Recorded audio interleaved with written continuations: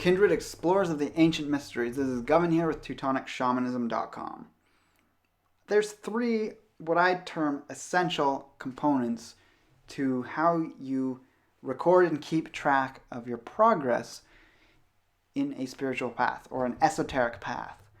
Now, if you remember from my last video, if you've seen it, I talked about the difference between esoteric and exoteric. Exoteric being the shell or husk of a belief system or practice or religion, and the esoteric being sort of the internal component of any practice. So it exists within Teutonic shamanism as I'm describing it. It exists within Hatha yoga or yoga practices in general, or even Hindu practices and Vedic practices. It exists within Chinese Taoist practices, and these are things that I think a lot of us are drawn to and make a part of our lives. And all three of these things are about writing down and keeping track of what's going on. I recommend doing this on a program such as Evernote. I like it because you can do it both on the computer as well as on your phone, and it saves it online, so you always have access to it. If you lose one or the other, you can always re-log in and get that information. It does open it to the possibility of it being hacked, but what's more likely, your phone being hacked and someone being interested in your dream journal, or someone stealing your dream journal and you losing, if you have a physical one, and you losing everything you've written down. In either case, I don't think anyone's that interested in our dreams. It's something when you hear someone saying, "Oh, I had the craziest dream last night," and they're about to launch into this long explanation. Most people have a resounding sigh that comes out of their mouth when they hear that. But dreams are interesting to ourselves in so much that we can glean what's happening in the unconscious part of our minds. I'm not ascribing any specific system of symbol interpretation. I think for the most part, just paying attention, writing down, and that actually in and of itself increases the vividness of your dreams over time because you start paying attention to them. Doing that gives insights into what's happening. So, for example, even small emotional things that might be bubbling under the surface that you're kind of aware of day to day might show up, whether it's directly with a person representing something in your unconscious mind, and you can kind of figure out what's happening with that and perhaps even let go of some negative, stagnant thoughts and feelings within yourself as a result of paying attention to that dream. Or it could be far bigger with far bigger life events, and you could get a real sense of unease you might be feeling around something, and it might change your choice as to whether to proceed with something or not. So you can understand how beneficial this is to anyone, no matter what path they're on. So what I do is, you have to do this first thing you wake up. Dreams disappear fast, as you know. As soon as you get up, they're almost gone, depending on how strong and emotional that dream was. Less emotional dreams, harder to remember, just like regular life events, more or less. So to help remember that, you have to immediately start jotting it down. I tried to keep a journal on and off for years in the written form, and I never could keep it up. I might do it for a few days, a few weeks. At the most, I think at one point I did it several months in a row, but I eventually fell off.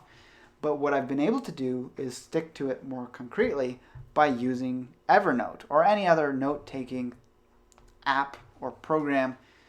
And the reason that is because I can simply talk. I just have to go into the thing I have titled Dreams 2015. So I'm not going to endlessly just keep one note going. I'm going to separate them by years.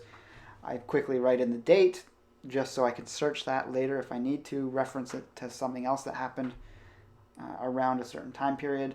And then I just hit the microphone button and I just start talking and telling my phone what my dream was about. Obviously, sometimes you're going to have to hit done, go change a word that it didn't do right. And I'm kind of talking in point form too. I don't just sit there and narrate it to the extreme, most precise way. I'm just giving kind of point form breakdowns of what happened. I mean, if you want to write it out on your phone, you can do, or write it on your computer if you feel like keeping that near your bed. I like the phone just because you can still be lying there, and it's literally the first thing you do is you jot down your dream or speak it out. You could even go to the extent of doing an audio file and just talk the whole dream out. That's even quicker than trying to correct words and things that the voice to text might get wrong. But the problem with that is that you're going to use up a lot more space very quickly, and I believe there's a space limit on Evernote. And unless your dream is unbelievably long and detailed, it's generally not going to be that much longer to use the voice to text and just have the text file, which is also easier to reference in reading through it than it is to try and play it in the future, of hitting play and trying to find that one spot that you had in mind if you want to go back and check out your dreams at any point. So the next thing I recommend doing and keeping, again, using Evernote or a physical journal if you prefer that, is to keep track of your practices of what it is you're doing. So here I have some beads. I use these in meditations that I do.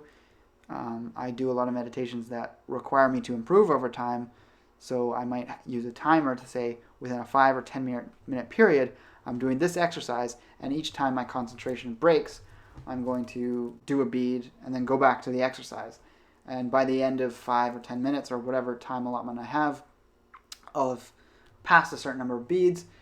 And I do this day in and day out, and over time, the intention is that you have to use less and less beads. You can even take it to the point where you have the whole period of time that you're doing, that you hold that image or whatever meditation you're doing as your sole focus for the entire length of that exercise. And to be able to see your progress and compare it to the date, you can compare it to your dreams. If you have a lot of emotional turmoil going on, you might have less ability to concentrate for that day or that week, and then it improves again. I also like to write down what time of the day I start these exercises, because I can see the fluctuation in when I'm getting to it compared to how consistently I am with getting a good number with that particular exercise. But you can also simply just keep track of the number of an exercise you're doing. So say you want to do push-ups and sit-ups and maybe certain types of yoga every day.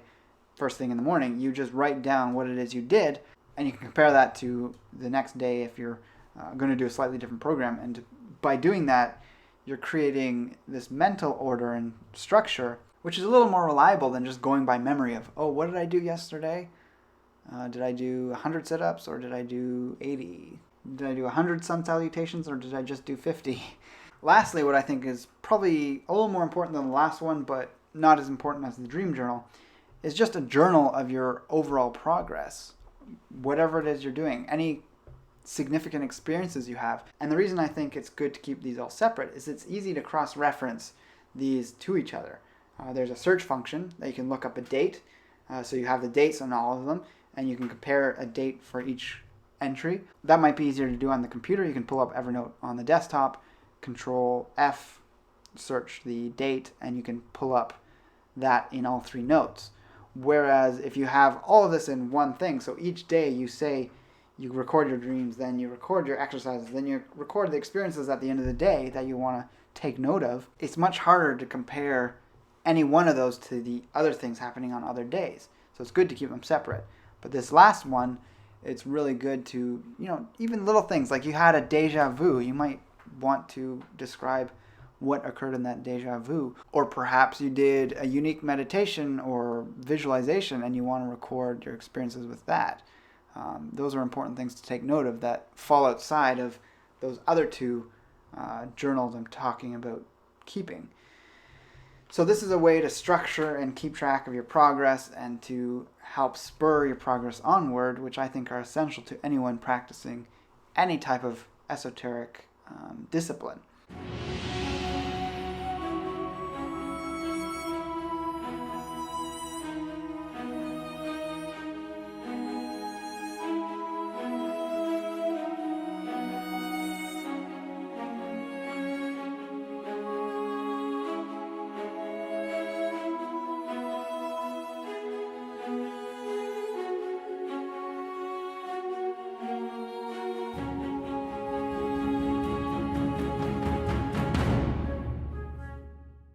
So let me know what you think about this video in the comments below. Like, favorite, and share the video if you feel so inclined. Take care, and may your gods, allies, and ancestors be with you.